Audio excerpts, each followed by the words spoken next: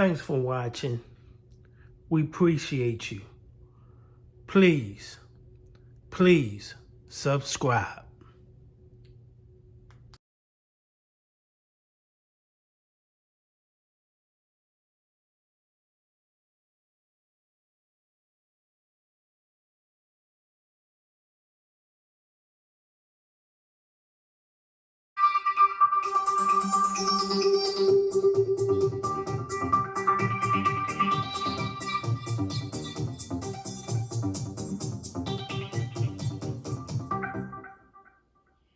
Who made a tenant sign a sex contract in order to lease a home, defended himself in federal court today. Hello and thank you for joining us live at 6. I'm Paulina Bootska. And I'm Joe Mueller. Tricia has the night off. It's day 5 of the ongoing trial over alleged violations of the Fair Housing Act, discrimination, harassment, and wrongful eviction. 13 Chief Investigator Darcy Spears has new details about how and why the sex contract came to be a part of the rental agreement.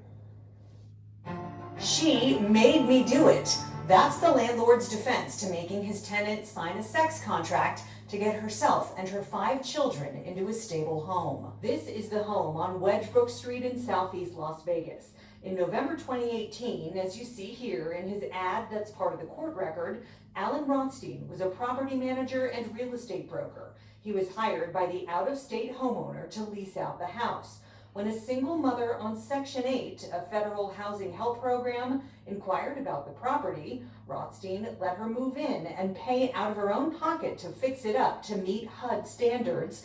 But in order to stay there and get a signed lease, he required her signature on this contract agreeing to have sex with him. It's direct consent for sexual intercourse and or which is in italics.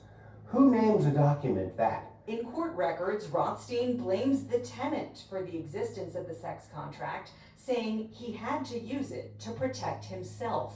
It says the respondents are not currently under the influence of any incapacitating intoxicant. Legal analyst Bruce Flammy. Nobody in their right mind would go to the trouble to draw up a contract like this is. In court records, Rothstein says he got the sex contract from the internet and says the purpose and effect are self-explanatory. But with respect to this document concerning basically extorted sex, there's a problem there. In court records, Rothstein claims the tenant was living in her car with her 5 kids when she sought the lease, and he felt bad for her, saying even though she had a terrible credit score, he decided she might be a good tenant if Section 8 was going to guarantee most of the rent.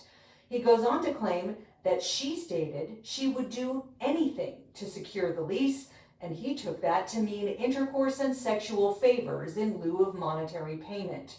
He says those suggestions were rebuffed when he met with her, and that he had her sign the sex contract so he could not be accused of misconduct. I did think it was a nice touch at the end where the drafter says that you're subject to perjury if you violate any of the terms of this contract that he drafted up for his tenants. In court records, Rothstein says the tenant who's currently suing him is the only person he's ever given an agreement of this nature.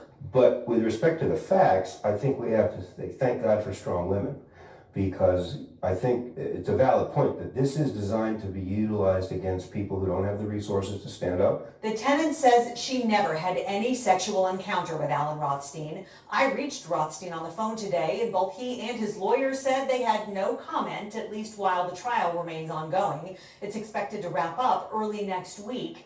In a separate action just a few months ago, the Nevada Real Estate Division investigated the allegations surrounding the sex contract. The state revoked Rothstein's broker and property manager licenses and fined him more than $94,000. Darcy Spears, 13 Investigate.